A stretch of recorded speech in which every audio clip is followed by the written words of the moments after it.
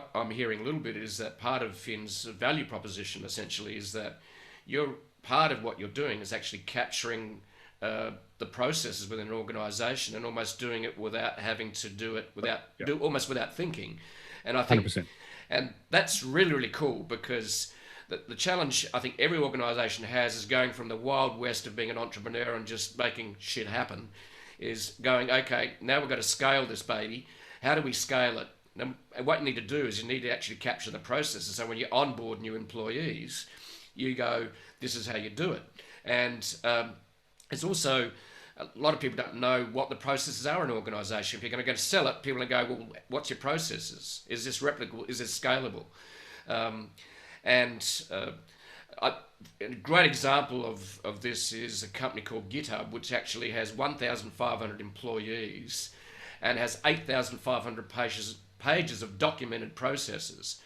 And I've talked to other entrepreneurs too, and in this remote work environment and hybrid work environment we're going into is using asynchronous communication, which is recording videos that are one-to-many for the CEO to share what he believes is best practice for selling the product, for example, or communicating. So does that surprise you a little bit about what Finn's value proposition? I think that was one of the ideas. So we didn't really talk about how Finn started, but yeah, we should do that a little bit. Yeah, but that's a real goal for us. We've come to refer to it as or I refer to it as continuous process discovery, and the idea being that I think in history there was a thought that processes would be defined from the top down. There used to be a role called an enterprise architect, which I think you hear less and less these days, where someone actually defines and documents processes.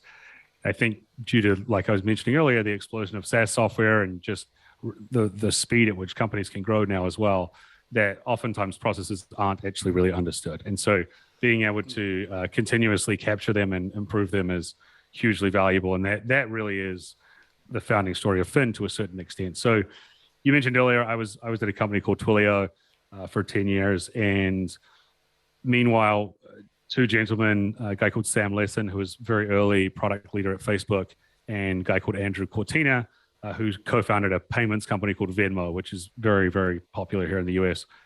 They started a consumer startup, and it was intended to be an intelligent and AI augmented but human powered digital assistant product. And so they hired hundreds of agents who would sit all day, or not sit for 8 hours a day, whatever it was, in places like Phoenix and other places around the US, and they would perform tasks that had been sorted and filtered for them by AI, but which they were manually completing. So I could ask the assistant, hey, can you book me a flight from San Francisco to New York? And I don't want to have any layovers, et cetera, et cetera. And that task would eventually land on a person's desk, and they would go and fulfill it for me. And I would never know who that person was. I would feel as though I was speaking to an AI. And these two guys, coming from big consumer technology companies, were very used to instrumentation and being able to see data and understand, okay, where's our profitability, where's our margin, where's our opportunity?